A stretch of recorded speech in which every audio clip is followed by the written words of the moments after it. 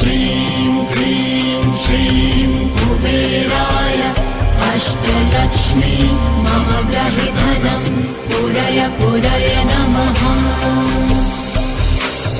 ॐ ह्रीं श्रीं क्लीं श्रीं कुबेराय अष्टलक्ष्मी मम गृहे धनं पूरय पूरय नमः।